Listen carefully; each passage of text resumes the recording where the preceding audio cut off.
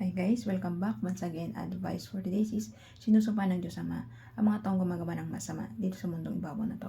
Ganito po yan ang mga taong patuloy na gumagawa ng masama, sila na lang yung walang Diyos sa kanilang pagkatao. Sila yung walang Diyos sa puso't isipan nila. Ang iniisip lang nila puro kasamaan sa kapwa-tao nila. Wala silang matinong pag-iisip para makagawa ng mabuti para sa kapwa-tao nila.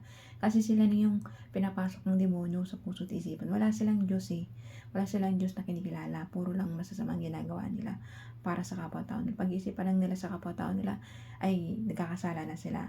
Diba? Lalo pa pag ginawa pa nila na pagpatay, pagnanakaw, pakikiapid, pananakit sa kapwa-tao nila, pagsaksi ng di totoo. Diba?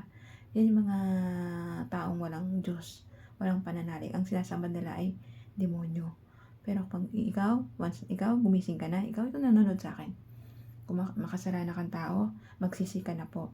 Magbago ka na po. Pagsisihan mo na po yung lahat ng kasalanan mo dito sa ibabaw na ito. Kapag nagsisisi po tayo sa mga kasalanan natin, hindi na ito babalikan pa. Kasi once nabalikan mo pa yung kasalanan mo, nagsisi kasi binalikan mo, mas doble pa dong dandanasin mo. Mas wala kang kapayapaan sa isip, sa puso mo. Mas mag-iisip ka parati ng magulo isip mo, puro ka, magkakaroon ka ng depression.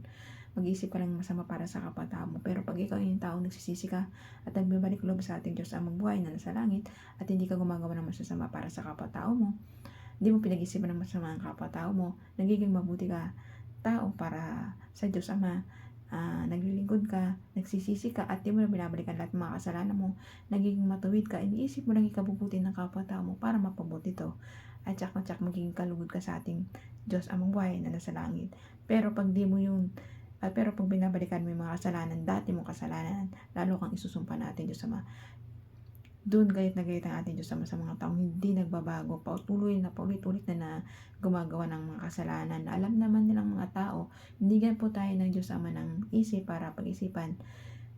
Baka may choice tayong mag-isip na kung ano ang tama at mali. Kung tama, doon lang po tayo sa tamang landas. Huwag po tayo mapunta sa mga maling landas. Pag-isipan lang po natin mga kapwa-tao natin na tamang mabuti. Mag-isip po tayo ng ikabubuti ng kapwa-tao natin. Tumulong po tayo. Huwag po tayong magdalawang isip na hindi tumulong para sa kapwa-tao natin. Kasi pag nagiging mabuti tayo sa ating kapwa-tao, nagkakaroon tayo ng Diyos sa ating puso't isipan. Naliligtas ang kaluluwa natin. Pag gumagawa tayo ng kabutihan dito sa ibabaw ng mundo, naliligtas yung kaluluwa natin at napupunta tayo sa paraiso at hindi tayo naliligaw na landas para mapunta yung kaluluwa natin sa impyerno. Kasi kapag ikaw yung taong hindi nagbabago, patuloy kang gumagawa ng mga sasama, so malalaglag yung kaluluwa mo sa impyerno. Pero once nagbago ka, pag nagsisiya mo lahat ng kasalanan mo, tsak na tsak, lahat tayo, mga tao dito, yung mga nagsisisi lang po ay mapupunta sa paraiso kasama na ating Diyos Amang buhay na nasa langit at Diyos Anak na si Jesus Christ at Diyos Espiritu Santo. Kaya ikaw na nanonood sa akin, magbago ka na, magsisi ka na sa lahat ng mga kasalanan mo, maglingkod sa ating Diyos Ama, pagsipan ng ating kapwa-tao ng ikabubuti niya, at tumulong sa kapwa-tao at naging marespeto sa ating mga magulang. Kaya ikaw, nanonood sa akin, magbago ka na, magsisi ka na, at gumawa ng ikabubuti na ating kapwa-tao. Kaya hanggang dito na lang po aking advice. Ingat po tayong lahat and God bless.